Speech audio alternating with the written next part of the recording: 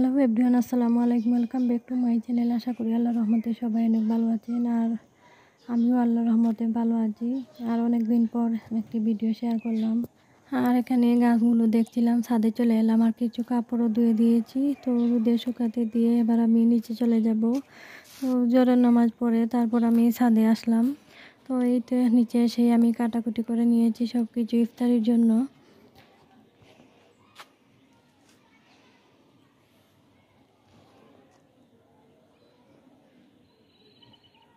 তো সব কিছু কাটাকুটি করে এবার আমি সেহরির জন্য প্রথমেই রান্নাটা শেষ করব, তারপর আমি ইফতারি বানাতে শুরু করব। তো এই তো আমি সেহরির জন্য প্রথমেই কলিজা আর ফ্যাপসা ভুনা করে নেব। তারপর আমি পাবদা মাছ রান্না করব। তো উড়ির বিচি আনা হয়েছিল।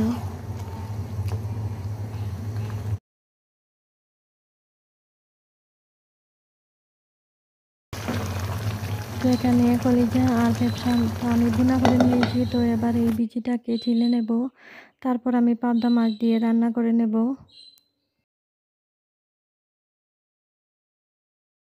এই যে এখানে তো মাছটা আনা হয়েছিল, তো এবার আমি মাছটাকে কেটে নেব। গুলো আমি কেটে নিয়েছি, আর এদিকে আমি শিমের বিচিও আমি ছিলে নিয়েছি। তো এবার রান্নাটা বসিয়ে দেব। তো এক চুলায় আমি মশলাটাকে কষিয়ে নিচ্ছি, আর অন্য চুলায় আমি মাছটাও ভেজে নিচ্ছি।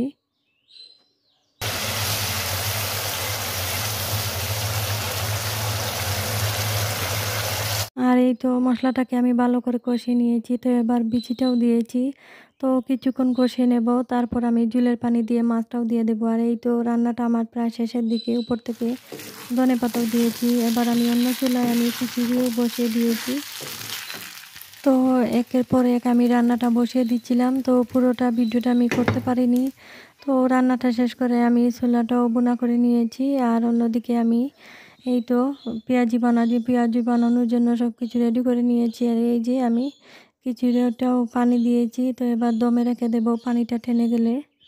তো খিচুড়িটা এবার আমি দমে রেখে দিব। আর অন্য চুলায় আমি প্রথমে পেঁয়াজু ভেজে নেব, তারপর আমি বেগুন বড়া করে নেব আর ফুলের বড়াও করে নেব।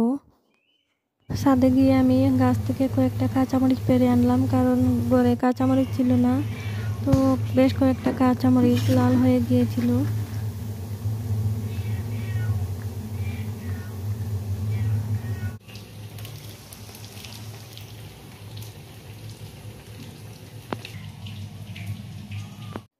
আর এই যে এখানে একটি তরমুজ আনা হয়েছিল, তো এটাকে প্রথমে আনার পর আমি ফ্রিজারে রেখে দিয়েছিলাম। তো এবার আমি কেটে নেব।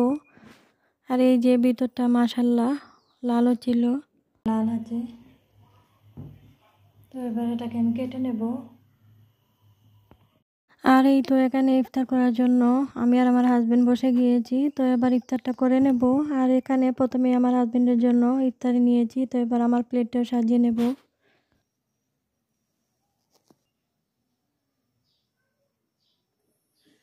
ছিল আমি তারাবি পড়ছিলাম, আর আমার ছেলে এই তো জায়নামাজের এক সাইডে এসে বসে পড়েছে, ও নাকি ভয় পায়। তো আমি এভাবেই নামাজটা আদায় করে নেব, তারপর আমরা চাটা খেয়ে নেব। তো আমি তারাবি শেষ করে তারপর আমি চাটা খেয়ে নিই। এখানে চাটাও বানিয়ে নিয়েছি। তো আমি আর আমার হাজবেন্ডের জন্য চাটা আমি বানিয়ে নিয়েছি। আর এই যে বাকরখানিটাও আমি গরম করে নিয়েছি। তো এবার চাটা খেয়ে নেব। তো আজ ভিডিওটা এই পর্যন্ত। সবাই ভালো থাকবেন। আসসালামু আলাইকুম।